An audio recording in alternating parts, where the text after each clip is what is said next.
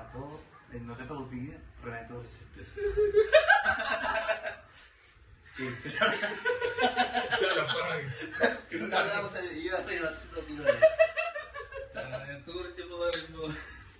ഞാൻ പ്രണയിച്ചിട്ടില്ല.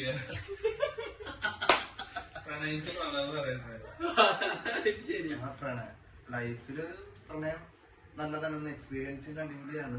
കുറച്ച് എക്സ്പീരിയൻസ് കിട്ടും, ഫീലിങ്സ് അറിയാം. എന്നാ അതെപ്പോഴും മസ്റ്റ് ട്രൈ എന്ന് പറയില്ല ഞാൻ. ഉണ്ടായിരിക്കും എപ്പോഴും ഒരാള് എന്തിനോട് ഇപ്പൊ ഒരു ഓപ്പോസിറ്റ് നമുക്ക് എന്തിനോടൊരു ഇഷ്ടം തോന്നുന്നു.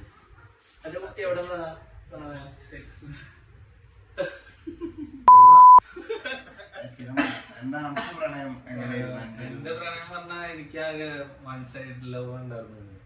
അത് പറഞ്ഞാൽ എനിക്ക് ഭയങ്കര മെമ്മറബിൾ ആയിരുന്നു. എനിക്ക് പറഞ്ഞാൽ എന്റെ first true one side love എന്ന് പറയാം. പറഞ്ഞാൽ നല്ലോണം എക്സ്പീരിയൻസ് ചെയ്തിട്ടുണ്ടായിരുന്നു എന്റെ കോളേജ് സമയത്താണ്. അപ്പോ ഭയങ്കരമായിട്ട് ഞാൻ ഹാപ്പി ആയിരുന്ന സമയത്താണ് എനിക്കത് കിട്ടിയത്. പക്ഷെ വൺ സൈഡ് ലവ് ആയിരുന്നു. അത് എന്റെ അവളുടെ കുറച്ച് മിസ്അണ്ടർസ്റ്റാൻഡിങ് ഞാൻ പറഞ്ഞു. പക്ഷെ ആളവിടെ എല്ലാരും പറഞ്ഞ പോലെ ഫ്രണ്ടായിട്ട് തന്നെ കണ്ടത്. അപ്പോ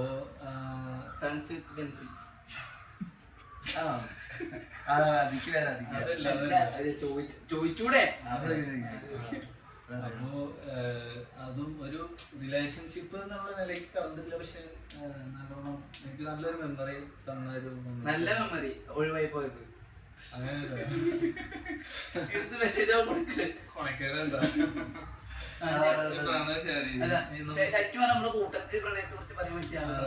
അങ്ങനൊന്നുമില്ല, എല്ലാവർക്കും ഒരു പ്രണയം കൂടുതൽ എല്ലാവർക്കും പ്രണയം ഉണ്ടായിരിക്കും. പക്ഷെ എല്ലാരും അത് പ്രൈവറ്റ് ആയിട്ട് വെക്കുന്ന പ്രൈവസി എന്നാണ് മെയിൻ ആയിട്ടുള്ളത്. ചിലവരുടെ എക്സ്പോസ്ഡ് ആയിരിക്കും. ഏയ് അല്ലല്ല, ഇപ്പൊ കിരണ്ടൊരു പ്രണയം പറഞ്ഞല്ലോ. പ്രൈവറ്റ് ആയിട്ട് വെക്കണം, അതാണ് സത്യം. ഒന്നും അതിനെ പറ്റിയുള്ള ഡീറ്റെയിൽസ് അല്ലല്ലോ. ഒന്ന് പ്രണയം ആരാ എന്താ വ്യക്തി എന്ന് അറിയില്ല. അല്ല, ഓരോരുത്തരുടെ പെർസ്പെക്റ്റീവ് ആണ്. ഇപ്പൊ കാണിക്കാനായിട്ട് പറഞ്ഞല്ലോ ഞാൻ പ്രണയിക്കാണ്. എല്ലാവർക്കും ഞാൻ ചോദിക്കുകയാണെങ്കിൽ എന്റെ മാരേജ് കോൺസെപ്റ്റ് എന്താ? എന്നല്ല, രണ്ടുപേരുടെയും ഒരു കോൺസെപ്റ്റ് ഉണ്ടാവില്ല. അപ്പൊ എല്ലാവർക്കും അവരുടെ ഇത് കോൺസെപ്റ്റ് ഉണ്ട്. എങ്ങനെ കല്യാണം കഴിക്കണം എങ്ങനെ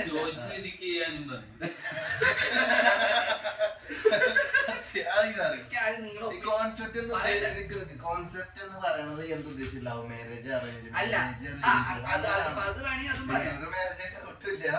ലവ് മാരേജ്, അറേഞ്ച് മാരേജ് അത് പറയാം. ഞാൻ ഉദ്ദേശിക്കുന്നത് എന്താ വെച്ച് കഴിഞ്ഞാൽ നമുക്ക് ഓരോ കോൺസെപ്റ്റ് ഉണ്ടല്ലോ. ചിലർക്ക് കെട്ടാനേ ആഗ്രഹം ഉണ്ടായിരിക്കില്ല. ഇപ്പൊ ലിവിങ് ടുഗദർ ആ ഒരു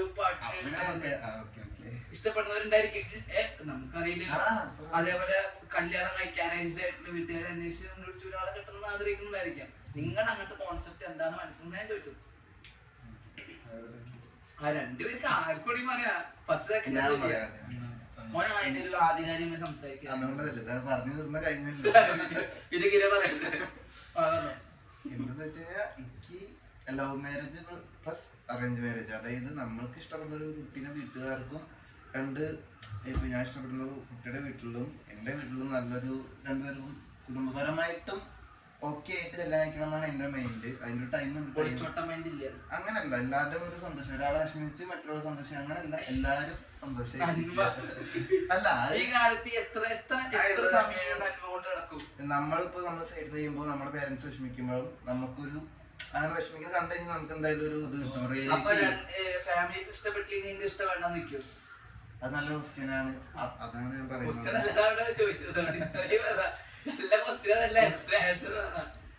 അതാണ് പറയുന്നത്, അവരെ കൺവിൻസ് ആക്കാൻ എത്രയായാലും മനുഷ്യന്മാരല്ല, മാറാത്തവരുണ്ടോ എന്നൊരു അതാണ് എന്റെ മൈൻഡില്ലേ. അതാണ് എന്റെ ഒരു കോൺഫിഡൻസ്, അതെന്റെ കോൺഫിഡൻസ്. അതാണ് എന്റെ കോൺഫിഡൻസ് ആണ്. അതാണ് ഞാൻ ഇപ്പോഴും ഉപയോഗിക്കുന്ന പറഞ്ഞു കഴിഞ്ഞാൽ ഓക്കെ ആക്കുന്ന മൈൻഡ് സെറ്റ്. അല്ല, ഈ ഫാമിലി ഫാമിലീനെ സെറ്റ് ആക്കാൻ പറ്റുന്ന ഒരു മാരേജ് ടൈപ്പ് അറേഞ്ച് മാരേജ് ഉണ്ട്, അങ്ങനെയല്ലേ പറയാ?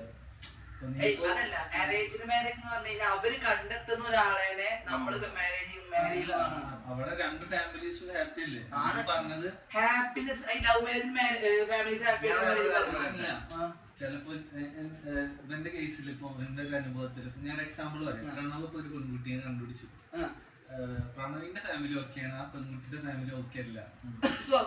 അപ്പൊ ഇവൻ പറഞ്ഞതിൽ ഫാമിലി ഇഷ്യൂസ് വരാം.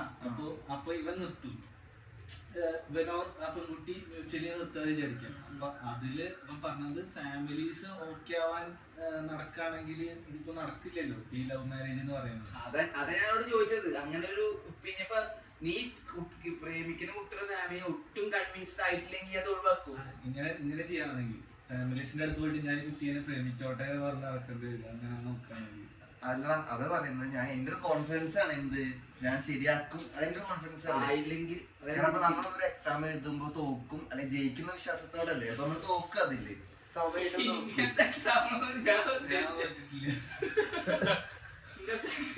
അല്ല ഒരു എക്സാം എഴുതുന്ന സമയത്ത് ഇപ്പൊ ഒരു BSc എക്സാം കിട്ടുന്ന വെച്ചിട്ടില്ലല്ലോ, അഥവാ കിട്ടിയാലോ എന്ന് വെച്ച് അതിന് നമ്മള് ആപ്ലിക്കേഷൻ കൊടുക്കാതിരിക്കില്ലല്ലോ. അതന്നെ, ഇതാണ് എന്റെ ആ കോൺഫിഡൻസ് ആണ് എന്റെ കോൺഫിഡൻസ്. ഇത് ഞാൻ സെറ്റ് ആക്കും, അതാണ് എന്റെ കോൺഫിഡൻസ്. കിട്ടാതെ വേണ്ടിക്കും ചോദിക്കാത്ത നമ്മള് വിചാരിക്കണൊക്കെ കിട്ടുന്ന ഉറപ്പൊന്നും പറയാൻ പറ്റില്ല.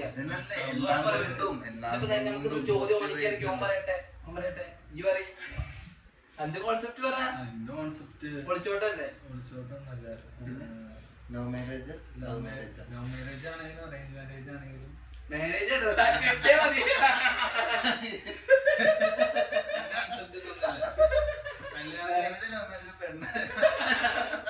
കല്യാണം കഴിക്കാണെങ്കിൽ കയ്യിൽ പൈസ ഉണ്ടാവണം.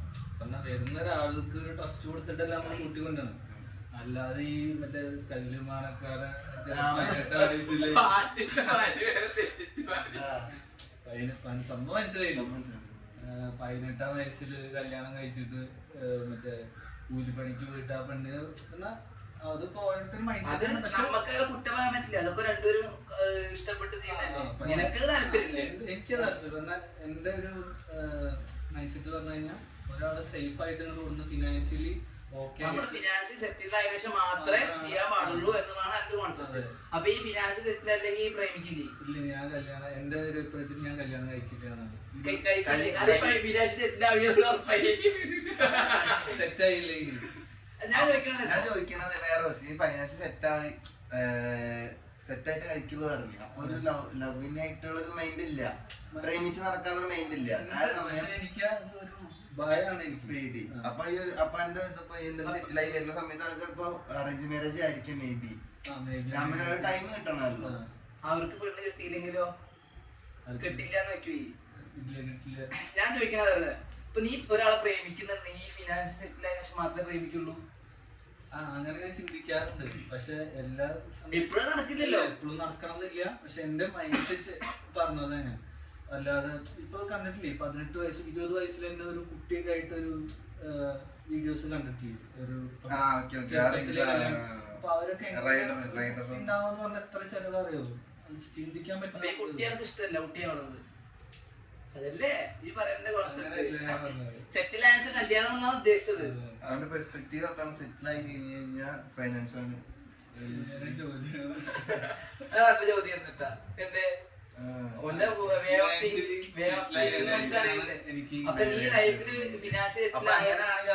അറേഞ്ച് മാരേജ് ആവാനാണ് സാധ്യത. എന്റെ ഒരു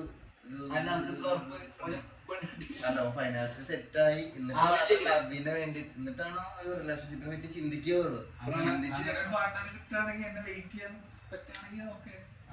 നീ ഫിനാൻഷ്യൽ സെറ്റിൽ ആവണ വരെ ഞാൻ വെയിറ്റ് ചെയ്യാം അതിന് വേണ്ടിട്ട്, അങ്ങനത്തെ കട കിട്ടാൻ വേണ്ടിട്ടാ. അപ്പൊ നീ ഇപ്പൊ പ്രപ്പോസ് ചെയ്യോ? ഇഷ്ടം തുറന്നു പറയാറുണ്ടോ? ഇനി തുറന്നു പറയൂ. അനക്ക് ഒരു അനുഭവം ഉണ്ടായതുകൊണ്ട് ഇനിയും പറയും, കണ്ടേ ഇനിയും പറയും. ആ ഒരു പ്രശ്നം നമുക്കില്ല. പറയുള്ളൂ. അങ്ങനെ പെട്ടെന്ന് കണ്ടുള്ള ഫസ്റ്റ് സൈറ്റ് ഒന്നും ഇല്ല. പ്രണവ് ഫസ്റ്റ് സൈറ്റിന്റെ ആളാണ്.